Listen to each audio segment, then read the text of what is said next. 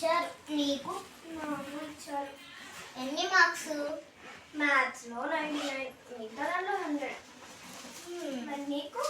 నాకా మ్యాథ్స్లో ఏమో 98, తెలుగులో ఏమో 67. ఇంతకీ మన తమ్ముడు ఎక్కడ?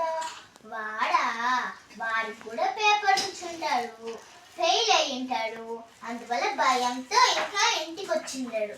ఎట్లో గట్ల వాడు తిప్పి ఇంటికే కదా రావాల్సింది. అప్పుడు చూసుకుందాంలే. సరే, ఇప్పుడు కదా చదువుకుందాం మనం.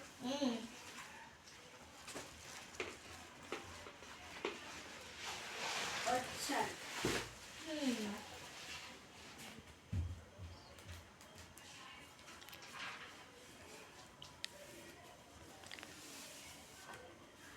ఇప్పుడు కానీ వాడు యూనిఫామ్ నీట్గా హ్యాంగర్ తగ్గించి పెట్టినారనుకో, ఖచ్చితంగా 50% ఫెయిల్.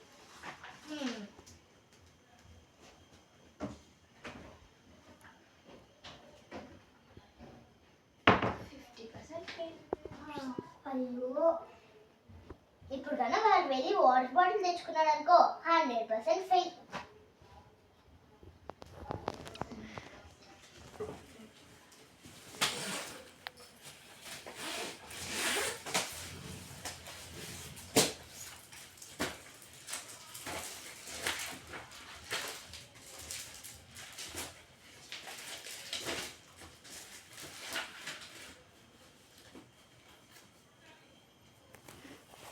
నీకు ఎగ్జామ్ పేపర్స్ ఇచ్చినట్టున్నారు? అవునన్నా, నీకు ఎలా తెలుసు? ఎందుకంటే మాకు కూడా ఇచ్చారు తమ్ముడు, అందులో ఫెయిల్ అయినట్టున్నావు. అవును, నీకెలా తెలుసు అక్క? బుక్కుని ఉల్టా పెట్టుకొని చదివితే ఎవరికైనా డౌట్ వస్తుంది. పైగా ఇదేమో ఇంగ్లీషు, అదేమో తెలుగు. ఇలా చదివితే ఎవరికైనా డౌట్ రాకుండా ఉంటుందా తమ్ముడు?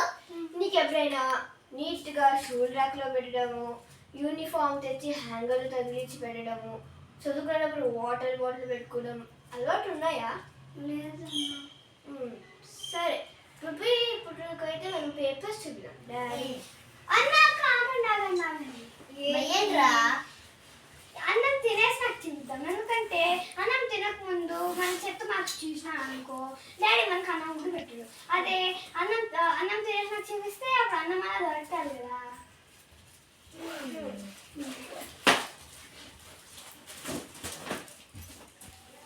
సరే, కడుపు నిండా తినేసాం. ఇప్పుడు వెళ్ళి పేపర్స్ చూపిద్దామా?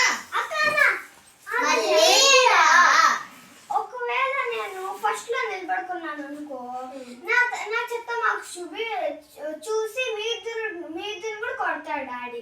అదే నేను లాస్ట్ లో నిలబడుకున్నాను అనుకో, నా తర్వాత ఇంకెవరు ఉండదు కాబట్టి ఇంకా గట్టిగా కొడతాడు. అదే నేను మధ్యలో ఉన్నాను అనుకో, నీ మార్క్స్ చూసి డాడీ సంతోషిస్తాడు. ఆ తర్వాత నా వెనక లక్ ఉంటారు కదా, అప్పుడు జల్దీ కానిస్తాడు.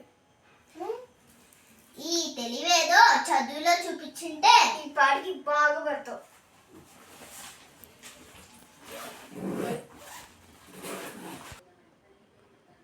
పార్ట్ 2 కోసం నెక్స్ట్ వీడియో చూడండి.